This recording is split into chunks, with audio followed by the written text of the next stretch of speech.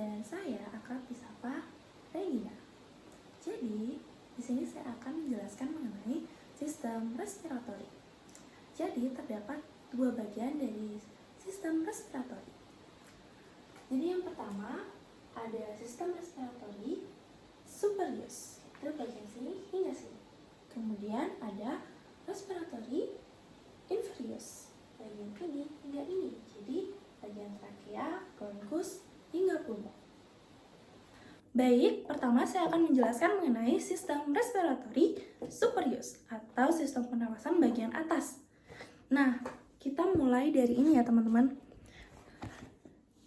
Ini disebut sebagai cellulae ethmoidalis. Kemudian pada bagian ini disebut sebagai radix nasi. Dan pada bagian tengah ini disebut sebagai dorsum nasi. Kemudian pada bagian bawah disebut sebagai apex nasi. Nah, di sini kita bisa lihat ya teman-teman bahwa ada struktur kartilago di sini atau tulang rawan. Nah, pada bagian ini disebut sebagai cartilago alaris major. Nah, pada bagian ini itu disebut sebagai cartilago alaris major cras lateral. Kemudian pada bagian dalam, kita bisa sebut sebagai cartilago alaris major cras medial. Kemudian kita beralih ke bagian ini ya teman-teman. Nah, ini kita bisa sebut sebagai cartilago lateralis. Dan pada bagian ini, kita bisa sebut sebagai cartilago septinasi. Nah, jika bagian ini kita buka ya teman-teman, maka akan terlihat struktur sinus teman-teman. Nah, ini disebut sebagai sinus maxillaris. Baik, masih pada sistem respiratori superius. Nah, jadi di sini kita bisa melihat ada struktur sinus ya teman-teman. Jadi ini merupakan sinus frontalis dan ini sinus sphenoidalis. Di sini juga kita bisa menemukan ada satu lubang yang dimana disebut sebagai nares. Dan struktur lubang bagian atas disebut sebagai vestibulum nasi.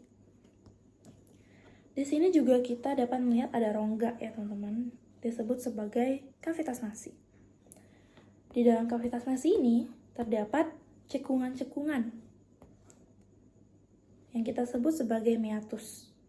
Di mana meatus terdiri dari 3 bagian. Yang pertama yaitu meatus nasi superior, kemudian ada meatus nasi media, dan ini merupakan bagian dari meatus nasi inferior.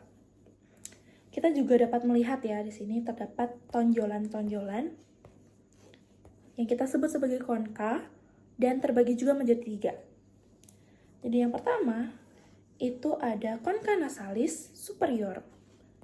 Dan ini merupakan concha nasalis media.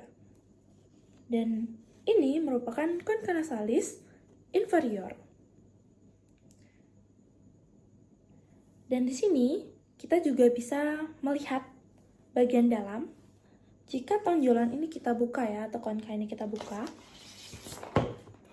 maka kita dapat melihat ada struktur cellulae ethmoidalis. Baik, saya akan lanjutkan dengan torso sagittal. Jadi di sini teman-teman bisa melihat ada struktur yang sama juga ya teman-teman. Di sini ada sinus frontalis, kemudian ada sinus sphenoidalis, kemudian di sini ada kavitas nasi. Yang terdapat juga ada cekungan-cekungan yang disebut sebagai meatus. Ada meatus nasi superior, media, dan inferior. Kemudian ada tonjolan-tonjolan yang disebut sebagai konka. Terdapat konka nasalis superior, kemudian ada media dan inferior. Nah, di sini juga kita bisa melihat struktur lain ya, teman-teman. Jadi di sini terdapat perbatasan atau yang membatasi antara nasus dengan paring.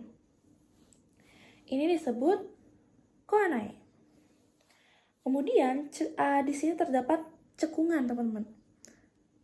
Cekungan ini disebut sebagai ostium pharyngeum tubae. Kemudian pada bagian ini disebut sebagai tonsilia pharyngealis. Dan sekarang kita masuk pada bagian faring ya teman-teman. Nah, pada bagian nasal disebut sebagai nasofaring. Pada bagian oral disebut sebagai orofaring, dan pada bagian ini disebut sebagai larynxofaring. Di sini juga kita dapat melihat ada bagian dari epiglotis. Jadi epiglotis ini berfungsi agar makanan dan udara itu tidak masuk secara bersamaan sehingga kita tidak tersedak. Di sini ada juga pilica vocalis.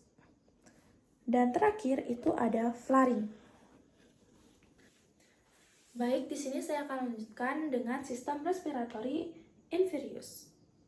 Jadi di sini pada sistem respiratory inferius itu terdapat trakea, kemudian ada bronkus dan pulmo.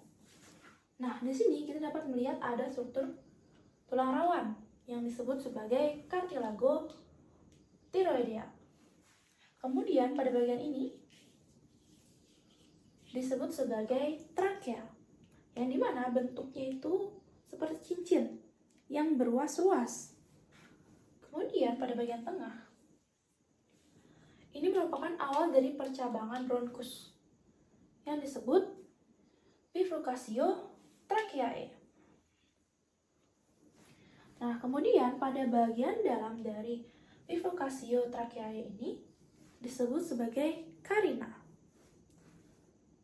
Nah, kita mulai dengan percabangan bronkus. Jadi, jumlah dari percabangan bronkus ini antara dekstra dengan sinistra itu berbeda. Jadi, percabangan ini mengikuti banyak lobus yang dimiliki oleh pulmo. Pada pulmo bagian dekstra kita memiliki 3 lobus, maka kita juga memiliki 3 percabangan dari bronkus. Kemudian pada pulmo sinistra itu kita memiliki 2 lobus, sehingga kita memiliki percabangan. Pada bronkus sinistra itu terdapat 2 percabangan. Pada bronkus dekstra, percabangan pertama ini disebut sebagai bronkus lobaris superior dekstra. Kemudian pada percabangan ini disebut sebagai bronkus lobaris medius dekstra. Kemudian pada percabangan ini disebut sebagai bronkus lobaris inferior dekstra. Kemudian pada bagian sinistra, jadi ini disebut sebagai bronkus lobaris superior sinistra, dan ini merupakan bronkus lobaris inferior sinistra. Nah, dari percabangan itu terdapat percabangan lagi. Yang ini teman-teman. Yang ini. Nah, itu disebut sebagai bronkus segmentalis. Kemudian yang terakhir, ini itu merupakan bronchiolus.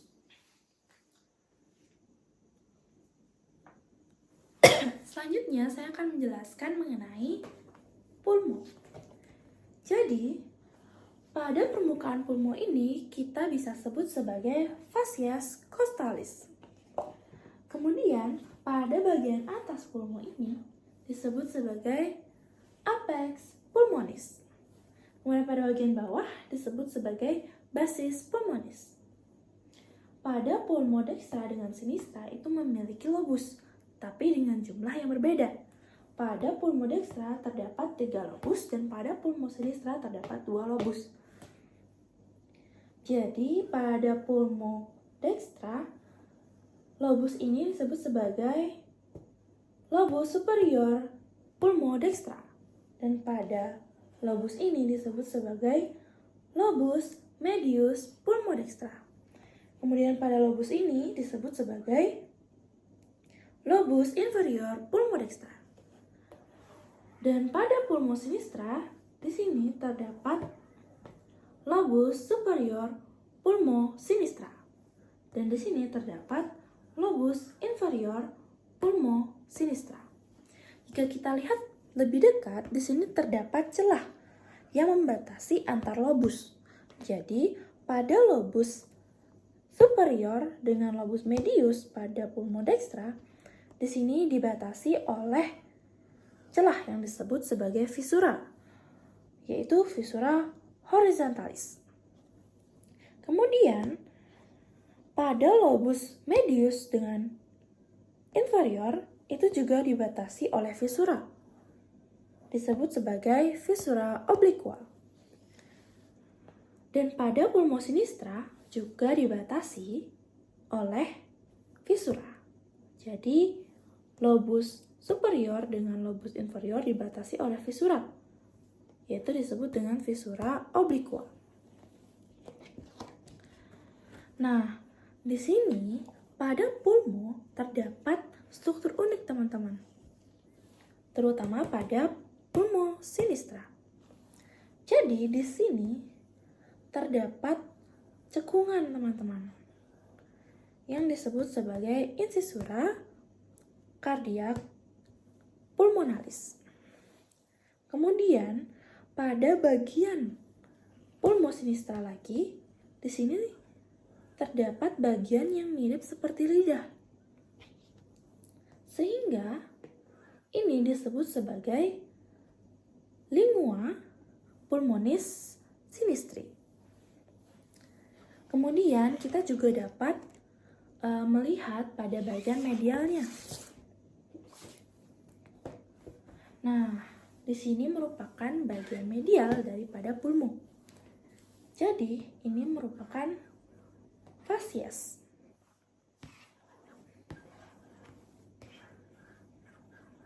Jadi, ini merupakan fasies mediastinalis. Kemudian, ini merupakan fasies diafragmatika. Jadi di sini saya akan melanjutkan bagian dari pulmo. Jadi ini tetap pada bagian pulmo ya, teman-teman. Nah, di sini kalian bisa lihat ini merupakan tempat pulmo. Jadi ini bagian dekstra dan ini sinistra. Nah, di bagian ini, di bagian yang berwarna putih ini merupakan lapisan dari pulmo yang disebut sebagai pleura parietalis. Kemudian, di sini juga terdapat ruang, teman-teman, yang dimana ruang ini disebut sebagai rectus costodiaphragmaticus. Nah, di sini kita juga akan membahas mengenai vesikularnya. Jadi di sini terdapat yang berwarna merah. Ini adalah vena pulmonalis. Kemudian yang ini merupakan arteri pulmonalis. Jadi kalian jangan sampai terkecoh hanya karena warnanya saja ya.